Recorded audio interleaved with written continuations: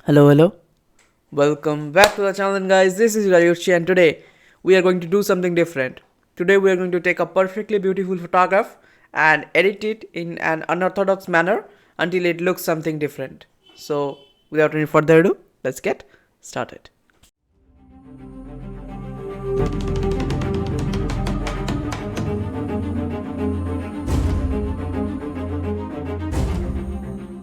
Once we are here in this beautiful world of Affinity Photo 2, the first thing we are going to do is develop it in its raw form. So for that, just play with the sliders as you can find it. So here we go.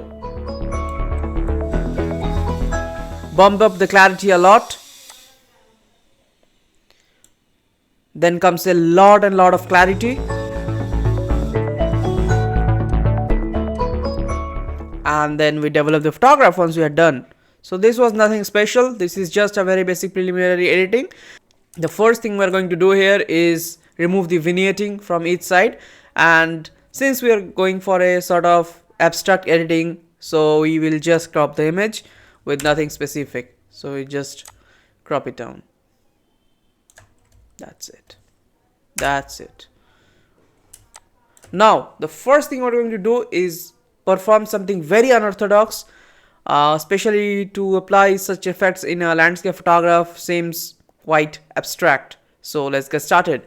We create a curve, take it down,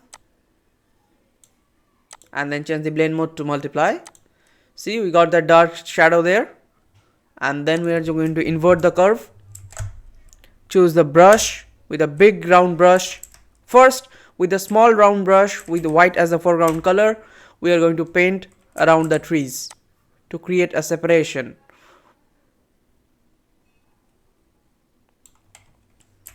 Then we fill the left side, and then we do the same for the rest of the image, following this big branch at the middle of the screen. So we create this border first, then with an even bigger brush we fill the corners, just like that. Once we are done with this, the next thing we're going to do here is decrease the opacity, because that is way too much for any sort of creative effect. So slightly we take down the opacity to around 80%. And once we are done with that, the next thing we are going to do here is apply some abstract blur to the mountain peak. That is Mount Dronagiri, by the way, one of my shots I clicked from Gulling Top during my last trip to Uttarakhand. So let's get started. And that is a dead walnut tree. I forgot to put that in. Let's get started. Let's move forward. So for that dramatic effect, for that abstract, cheesy, corny effect, we are going to add blur, preferably motion blur. So we add a motion blur with around, preserve the alpha, with around 250 pixels to 300 pixels. Let's go with 400. Let's go crazy.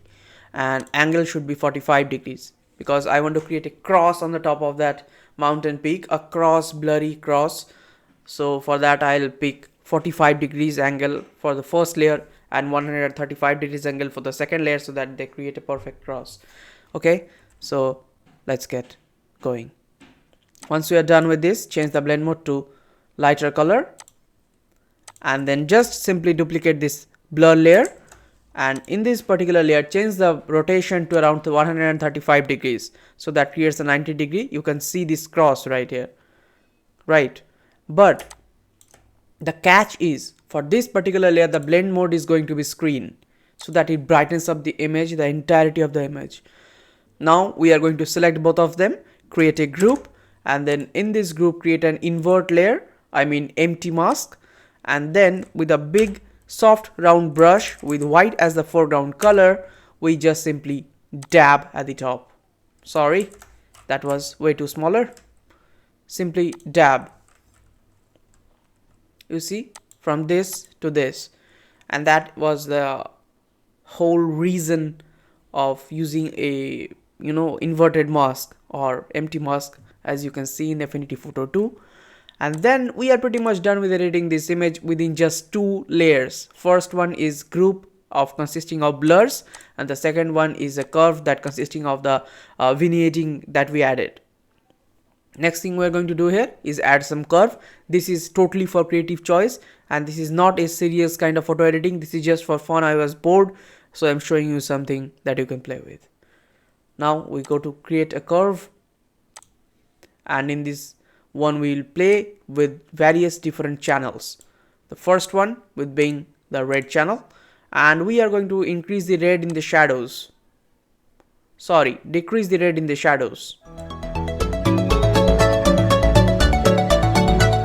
See, we made a little change with the curves to the color palette, and we are pretty much done with editing this photograph.